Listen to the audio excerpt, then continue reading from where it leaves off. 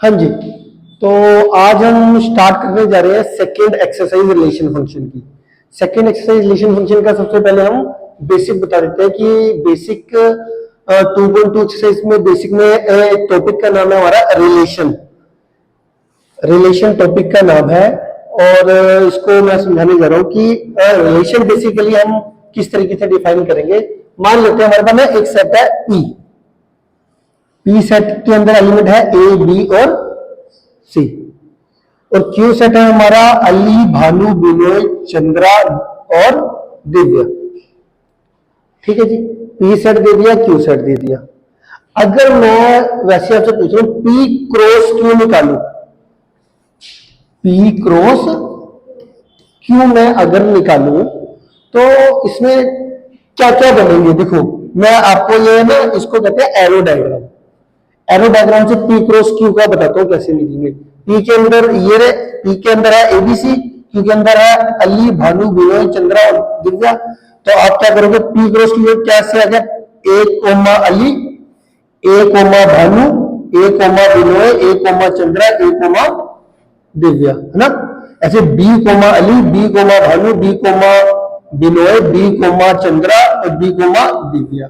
सी comma Ali, C comma Bhanu, C comma Vinoy, C comma Chandra और C coma Divya.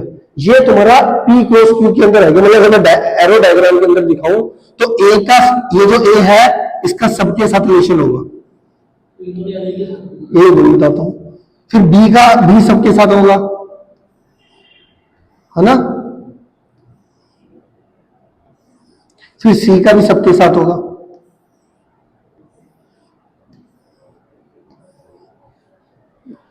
ये हुआ हमारा पी क्रॉस क्यू में यहां के सारे एलिमेंट वहां के सारे एलिमेंट के साथ कनेक्ट हो गए कह सकते हैं। ठीक है, ऑर्डर्ड पेयर में आ गए। अब मैं कहूं एक ये हमारा है पी क्रॉस क्यू। अब एक छोटी सी चीज देखना, पी क्रॉस क्यू के बाद अब मैंने स्पेशल बोल दिया, एक रिलेशन स्पेशली डिफाइन करा। रिलेशन क्या होता है, रिलेशन के अंदर मैं इन्होंने देखो एग्जांपल कैसे लिया। रिलेशन के अंदर मैंने एक रिलेशन के अंदर बोला एक ऑर्डर्ड पेयर आना चाहिए। उस ऑर्डर्ड पेयर में ये सेम है हमारा रिलेशन यहां पर है, जो हमारा रिलेशन है वो है हमारा P2Q। अब उसमें हमने कंडीशन क्या लगा दी, एक रिलेशन के अंदर वो ऑर्डर्ड पेयर आएगा जिसमें जो पहला जो x है is the first letter of the name y। यहां पर नेम आएगा, यहां पर हमारा लेटर आएगा।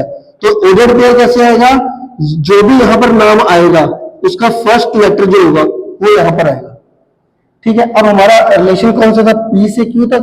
तो यहां पर कौन सा ऑर्डर्ड पेयर रिलेशन के अंदर लिखने वाला, ए का अली के साथ लिखूंगा क्योंकि जो दूसरा नाम है अली उसका पहला लेटर क्या है, तो ये ए कोमा अली आ जाएगा और बी कोमा भानु आ जाएगा और सी कोमा चंद्रा आ जाएगा, है ना।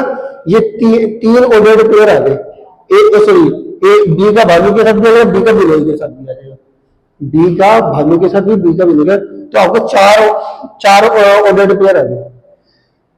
बेसिकली मैं ये समझाने की कोशिश कर रहा हूं कि अगर कोई रिलेशन हमारा P2Q है तो जो P क्रॉस Q है वो यहां के सारे एलिमेंट का वहां के सारे एलिमेंट के साथ आपका रिलेशन कुछ ना कुछ होता है। पर पर्टिकुलर रिलेशन की बात करो कि मैंने कोई पर्टिकुलर रिलेशन बोल दिया या जैसे कि इन्होंने बोल दिया कि इस रिलेशन के अंदर x, y आएगा और x क्या है, is the first letter of the name y यहां पर क्या है, यहां पर नाम लिखा जाएगा और उसका जो फर्स्ट लेटर है वो आगे लिखा जाएगा। तो उसके अकॉर्डिंग अगर देखा जाए तो हमारे चार ऑर्डर पेयर बने कि ए का अली के साथ बनेगा, बी का भानु के साथ भी और विनोय के साथ भी और सी का चंद्रा के साथ। तो टोटल हमारे चार ऑर्डर पेयर है। अब जो ये रिलेशन के अंदर चार ऑर्डर पेयर आए हैं, इस बात को ध्यान रखने वाली बात यह है कि ये जो चार ऑर्डर पेयर है ये हमेशा एक ये पी क्रॉस क्यू जो ये रिलेशन P2Q था, तो जो ये चार ऑर्डर पे आएंगे वो P क्रॉस Q के सबसेट होंगे। मतलब रिलेशन जो होगा it is always a subset of P cross Q, क्योंकि P क्रॉस Q के अंदर तो सारे ही आ रहे हैं। पी क्रॉस क्यू के अंदर तो ए अली भी आएगा, ए भानु भी आएगा, ए विनोय भी आएगा, ए चंद्रा भी आएगा, ए दिव्या भी आएगा। B Ali, B Bhanu, B Vinoy, B Chandra, B Divya, A भी आएगा। सी अली, सी भानु, सी विनोय, सी चंद्रा, सी दिव्या। इसके अंदर पी क्रॉस क्यू के अंदर सारे आएगा। रिलेशन जब आपने बोला तो एक स्पेशल कंडीशन मेंशन कर दी। पी क्रॉस क्यू में तो कंडीशन नहीं थी, उसमें तो सारे आ गए, और जो रिलेशन था उसके अंदर पर्टिकुलर कंडीशन आ गई। तो उसके रिलेशन के अंदर जो ऑर्डर्ड पेयर आने हैं वो पी क्रॉस क्यू में तो होंगे ही होंगे। रिलेशन के अंदर जो ऑर्डर्ड पेयर आएंगे वो पी क्रॉस क्यू के अंदर तो आएंगे ही आएंगे। ये समझ में आ गया। तो ये बेसिकली इसमें हमने ये समझाया कि अगर हमारा कोई पी क्रॉस कोई रिलेशन है पी टू क्यू, तो रिलेशन के अंदर जो ऑर्डर्ड पेयर आने वाले हैं it is always a subset of P cross Q. क्या कह सकते हैं, रिलेशन के अंदर जो जितने भी ऑर्डर्ड पेयर आएंगे वो पी क्रॉस क्यू के अंदर होने चाहिए। एक नंबर में क्वेश्चन घुमा के आ सकता है, आपको पता होनी चाहिए बात, ठीक है। तो ये हो गया हमारा रिलेशन के बारे में बता दिया थोड़ा सा हमने। इसके आगे पढ़ते हैं जी। इसके आगे कुछ खास वैसे इसकी डेफिनेशन नहीं है जिसमें मैं आपको बताऊं खास बेसिक एक्सरसाइज से क्वेश्चन करते करते ही आपको सारी बात समझ में आ जाएगी। देखो एग्जांपल 7 पढ़ते हैं। एग्जांपल 7 देखो कह रहा है एक ए है हमारा 1 2 3 4 5 6। ए हमारा एक सेट है 1 2 3 4। तो define a relation from A to A. Define a relation from. तो जब भी ऐसा आता है तो जो मैं सॉल्यूशन लिखता हूं ना, सॉल्यूशन में मैं हमेशा सबसे पहले जो गिवन होता है वो लिखता हूँ। रिलेशन हमारा ए टू ए दे रखा है और ए सेट हमारे को गिवन क्या है 1 2 3 4 5 6, लास्ट में आ गया 6, ठीक है। अब हमारे को क्या बोला उसने, ये रिलेशन हमारा ए टू ए है और रिलेशन के अंदर ऑर्डर्ड पेयर किस तरीके के आएंगे, जो दूसरा एलिमेंट है मतलब y, उसमें x में एक ऐड करके y आएगा। y किसके में ये इक्वेशन सेटिस्फाई करनी चाहिए, y इज टू एक्सप्रेशन। इस बात का भी स्पेशल ध्यान रखना कि ये x और y, क्योंकि रिलेशन में a टू a है तो x और y दोनों a से ही बिलोंग करेंगे। x और y दोनों a से बिलोंग ही करने चाहिए क्योंकि रिलेशन मेरा a टू है। a के अंदर 1 2 3 4 5 6 एलिमेंट है तो आप इससे बाहर नहीं जा सकते। मतलब x की वैल्यू भी 1 2 3 4 5 6 ही आनी चाहिए और y की वैल्यू भी 1 2 3 4 5 6 आनी चाहिए। इसके लिए देखो मान लेता हूं मैं x की वैल्यू यहां से ली मैंने। देखो जो ऑर्डर्ड पेयर होते हैं ना x, y, इसमें से जो मैं x की वैल्यू लेता हूं वो लेता हूं यहां से, और जो y की वैल्यू देता हूं वो देता हूं यहां पे हमेशा। तो मान लेते हैं कि हमारा अब रिलेशन है a टू a, तो x की वैल्यू यहां से लेनी है, y की वैल्यू भी यहां से यहां पर आनी चाहिए। तो x की वैल्यू मान लो अगर मैं 1 लेता हूं तो y की वैल्यू कितनी आएगी 2 आ गई। x की वैल्यू 2 लूंगा तो y की वैल्यू कितनी आएगी 3। x की वैल्यू 3 लूंगा y की वैल्यू, x की वैल्यू 4 लूंगा y की वैल्यू, x की वैल्यू 5 लूंगा y की वैल्यू, और x की वैल्यू 6 लूंगा, y की वैल्यू 7 आ जाएगी। बट y की वैल्यू 7 तो बिलोंग नहीं कर रही है। y की वैल्यू 7 ए सेट के अंदर क्योंकि रिलेशन हमारा a टू a था तो x और y दोनों की वैल्यू हमारी 1 2 3 4 5 6 में ही आनी चाहिए। तो x की वैल्यू तो 6 मैंने पुट कर दी बट y की वैल्यू 7 आ रही है। तो मैंने x की वैल्यू 6 पुट करके y की वैल्यू 7 आ रही है। तो 6,7 जो होगा ये ऑर्डर्ड पेयर हमने रिलेशन में नहीं लेना क्योंकि 7 जो है वो a से बिलोंग नहीं कर रहा। मेरी बात समझ में आ गई? एग्जाम्पल 7 क्लियर है कि फिर दोबारा समझाओ? आगे बढ़ते हैं। अच्छा जी, इसके अंदर ये तो था हमारे ऑर्डर्ड पेयर। इन्होंने इसके बाद क्या था, depict this relation using an arrow diagram. Arrow diagram बनाना है।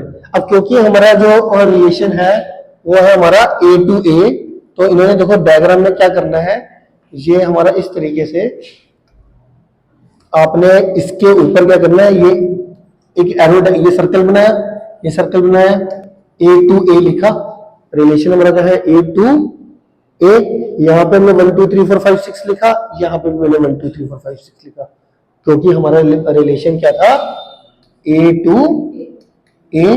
तो इधर ये वाला यहाँ पे एरो डायग्राम में लिख लिया, ये वाला यहाँ पे। ठीक है। अब ए के अंदर 1 2 3 4 5 6 थे, इधर भी 1 2। अब हमारे जो ऑर्डर्ड पेयर आया रिलेशन के अंदर, अगर वो देखो वो क्या थे, 1,2 आया था रिलेशन में, 2,3 आया था, तो 1,2 आया था तो 1 को 2 से मिला दिया, 2,3 आया था, 3,4 4,5 एंड 5,6। ये आ गई जी हमारे पास, ये मैंने एरो डायग्राम में दिखा दिया। ठीक है, क्लियर है जितनी बात? ठीक है, ये हमारा ये चीज होगी। अब इसके बाद करते हैं जी डोमेन और रेंज की बारी।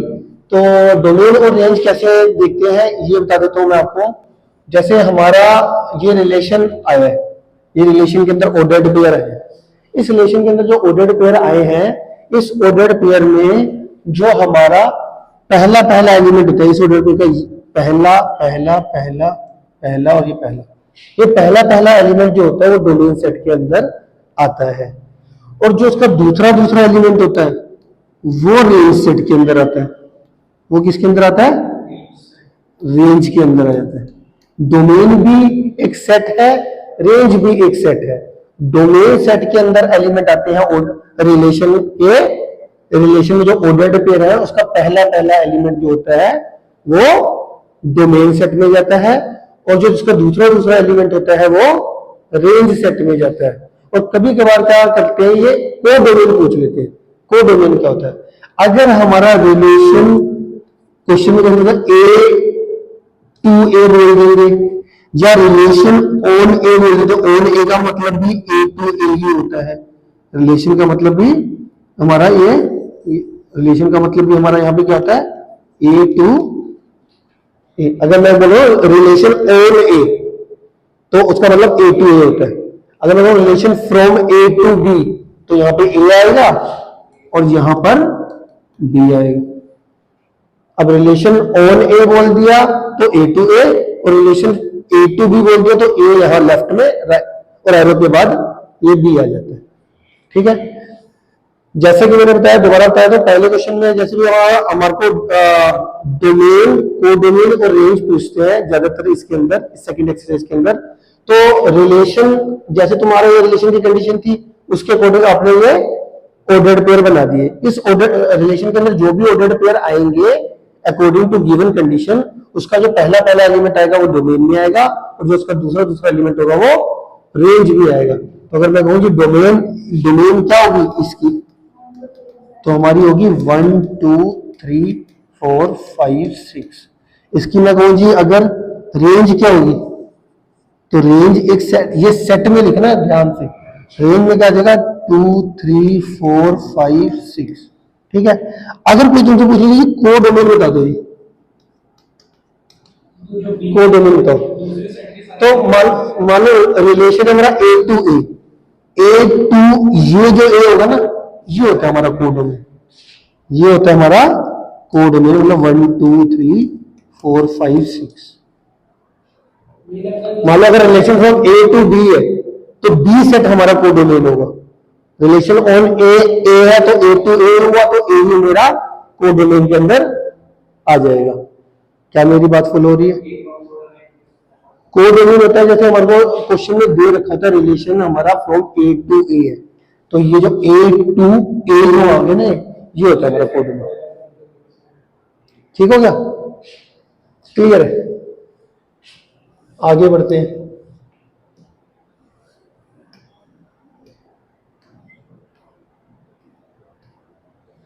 ठीक है, तो हमारा डोमेन, आपको डोमेन देखना आ गया, को डोमेन देखना आ गया, रेंज देखना आ गया। बहुत आसान एक्सरसाइज है ये। Shows the figure 2.6 shows a relation between the sets P and Q from this relation, पहला है इन द सेट बिल्डर फॉर्म और इन द रोस्टर फॉर्म। कह रहा है कि इस एरो डायग्राम को देख के आपने ये बताना है कि P का, अब ये आपको P सेट दे दिया, Q सेट दे दिया, इसका मतलब क्या है, रिलेशन हमारा जो है वो P टू Q है। रिलेशन जो हमारा हुआ वो क्या हुआ, P टू Q। तो मैं अगर वैसे सबसे पहली लाइन लिखूंगा, मैं लिखूंगा relation from P to Q है, ये मुझे इस एरो डायग्राम से दिख रहा है। फिर मैं इस एरो डायग्राम में ध्यान से देखता हूं कि क्या क्या दिख रहा है। ये 9 जो है, 9 किससे प्लॉट हो रहा है, 3 से भी और -3 से भी। ठीक है, मतलब ये जो एलिमेंट होता है ये जनरली जब हम ओडेड पेयर एक्स वाई लिखते हैं ना, आपको पता है एक्स लेते हैं यहां से, वाई की वैल्यू यहां पर आती है।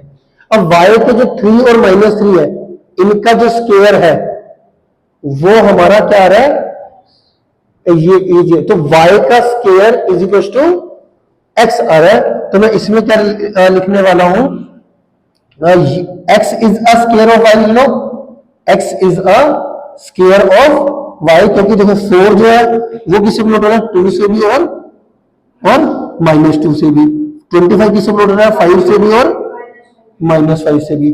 तो यहाँ के जो 3 एलिमेंट है 9, 4 और 25, 9 किसका स्क्वायर होता है, 3 और -3 का, तो 3 और -3 से प्लॉट हो रहा है। तो 9 यहाँ पर क्या है, तो यहाँ पे जनरल एलिमेंट क्या लेते हैं, x, और यहाँ पे जनरल एलिमेंट लेते हैं y। तो x is a square of y आ रहा है। ये जितने भी एलिमेंट है ये स्क्वायर ऑफ y ले लिया। अब यहाँ पे मैंने क्या लिखा, in the set builder form relation है X Y such that x is a square of y and x belonging to p, x belonging to p और where y belonging to q। x तो belong हमेशा p से करेगा और y किससे belong करेगा, q से बिलोंग करेगा। और अगर मैं कौन सी रोस्टर फॉर्म की बात करी जाए, रोस्टर फॉर्म में देखा जाए तो 9,3 9,-3, ये देखो 9,3 आ गया, 9,-3, 4,2 4,-2, 25,5 25,-5, 25,5 25,-5, ये हमारे सारे नोट हो गए।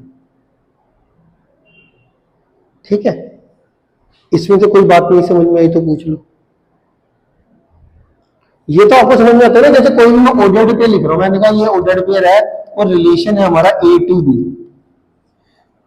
ठीक है, अब मान लीजिए रिलेशन है और ये मैंने लिखा x is equal to y plus 1, relation x और y का ऐसे दे दिया। तो x की वैल्यू हमेशा कहां से होगी, इधर से A सेट से, y की वैल्यू कहां पर देखोगे आप, B सेट। ये आपको देखना जरूरी है। क्लियर होगी ये बात, ठीक है, आगे बढ़ते हैं। ठीक है जी, और इसके अंदर हमारे से डोमेन रेंज पूछी थी। डोमेन और रेंज क्या होगी बताओ आप, डोमेन तो आपको दिख रहा है ऑर्डर्ड 9, 4 और 25, और रेंज क्या होगी, जो हमारे पास जो भी राइट साइड प्लॉट हो रहा है, जो भी प्लॉट हो रहे हैं, जो भी हमारे डोमेन के एलिमेंट से प्लॉट हो रहे होते हैं ना वहां पर, वो सारे के सारे हमारे रेंज में आते हैं। तो देखो जैसे ये प्लॉट हो रहा है, ये भी हो रहा है, ये भी हो रहा है, ये नहीं हो रहा, तो ये हमारा रेंज में नहीं आएगा। ये भी प्लॉट हो रहा है, ये भी प्लॉट हो रहा है, ये भी प्लॉट हो रहा है, तो हमारा 5, 3, 2, -2, -3 और -5 ये आ रहा है। अच्छा, अगर कोई तुम्हारे को कहे जी इसी एरो डायग्राम को देख के बोला जाए कोडोमेन बता दो, कोडोमेन पूरा सेट आता है, चाहे वो प्लॉट हो रहा है कि नहीं हो रहा। समझ में आ रही है मेरी बात, कोडोमेन क्या होगा, पूरा सेट। रेंज क्या होगा, इसी के अंदर जो से एलिमेंट प्लॉट हो गए डोमेन के एलिमेंट से। समझ में आ गई बात। अच्छा, इसमें एक और चीज, एक तरीके से भाषा यूज करते हैं, वो क्या कि range is a subset of codomain.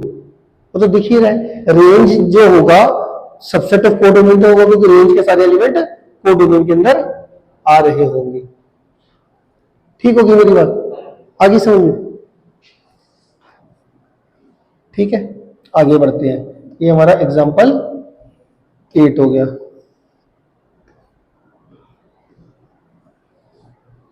ठीक है, एक हमारा आर्टिकल है, आर्टिकल क्या है, नंबर ऑफ रिलेशन निकालने का आर्टिकल है, number of relation from A to B, number of relation from A to B.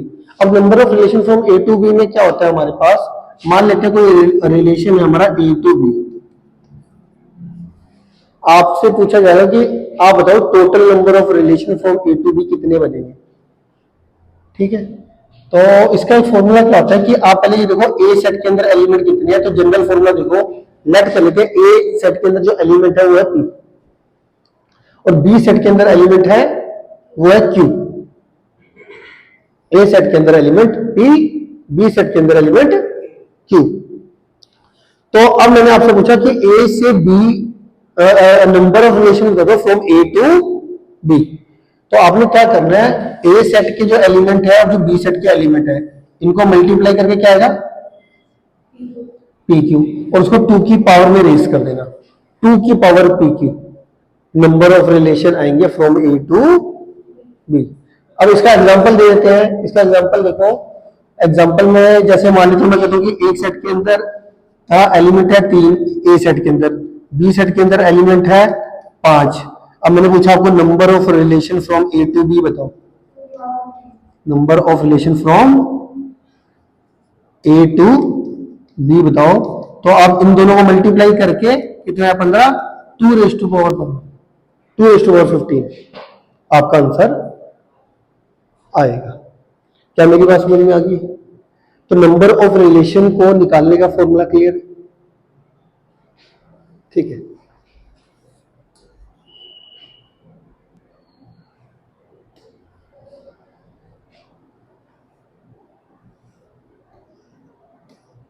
अब ये हमारी ये तो हमारी होगी, इसमें हमने क्या पढ़ लिया, बेसिक्स पढ़ लिया और सारे एग्जाम्पल डिस्कस कर लिए, ठीक है।